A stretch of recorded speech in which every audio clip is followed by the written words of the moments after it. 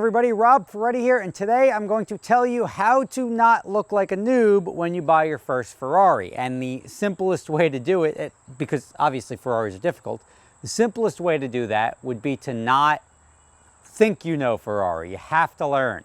And the guy, both 360s I just sold, there are stories about both of them that sort of told you. The first one being the key fob. I sold the car to the guy in Florida and he couldn't get it started. And he made a video on it like, car's not starting, blah, blah, blah, blah, blah. All you do is push the unlock button. I made videos specifically talking about things like that with 360s and other cars that have the alarms on them. Not the biggest thing, but you do look silly trying to start the car and it's not starting.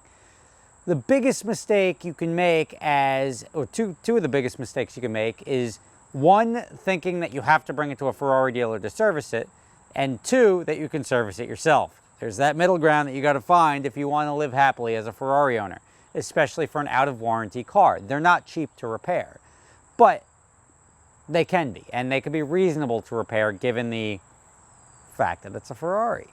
Now, if you go look at the videos on the guy who bought my 360 Coupe, he's down in Florida. He made the mistake of being like, oh, look, Rob left some oil in the trunk. Let me pour it in there. There is a particular process to doing the oil change on a Ferrari 360. It's a dry sump. You have to get it up to temperature. Then you read. It's not something, I also did a video on that, but it's not something that you can just go and be like, oh, cool. Let me just add some oil in there. Oh, yeah, a dipstick.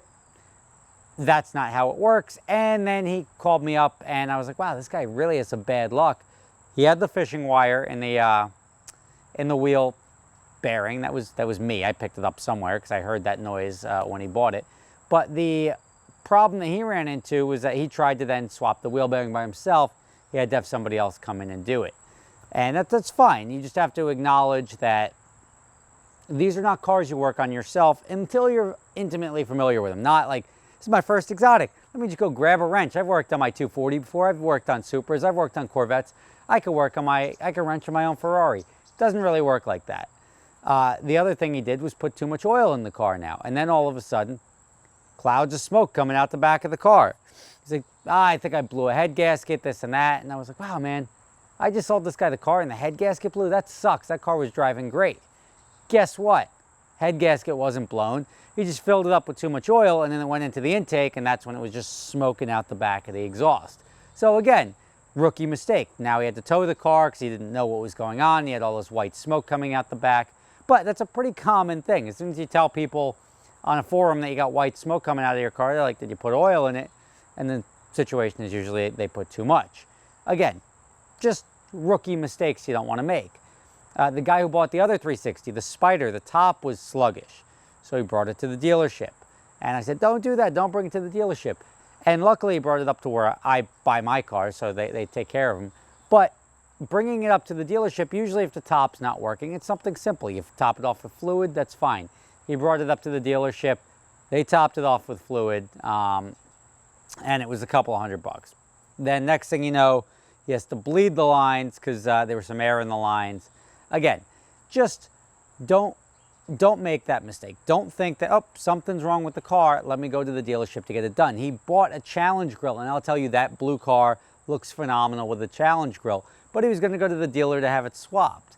All of this stuff is where you learn you start wasting money. You don't want to waste money. There are plenty of trained Ferrari technicians that you can go to that started their own practice that genuinely, it's not like some guy at the Mako down the road, not Mako, wrong company, but at the Meineke or something down the road that you're going to just trust your Ferrari with. These are people that grew up, worked at Ferrari dealerships for a long time, and then start their own independent practices. Those are the guys to go to get your Ferrari serviced, especially out of warranty, because it'll save you a lot of money. And if you're not happy with the first opinion on it, get a second opinion on it. There's multiple of them out there. So don't run to a dealer with the car. Don't service it yourself. And 3, watch all my videos. Then you'll know how to not look like a noob when buying your first Ferrari. Don't make the mistake of thinking you know cars, therefore you know Ferrari. If you're not a mechanic by trade, it's going to be a lot more difficult for you to figure out than you think. There are some quirks that go with owning them. That's part of it. You'll learn them as time goes by, and then you'll be the expert to tell people, oh, that's just the way this happens, or that's the way it is. You can make your own videos sharing the experience. But both of those guys that bought my cars have wasted a little bit of money, and I keep telling them, just do this, do this. It's just not following instructions that cost you more money than it should. And that's the difference between enjoying your ownership experience and being like, damn, this car is costing me a lot of money. If you run over to the dealership and say, I need a clutch, or I need a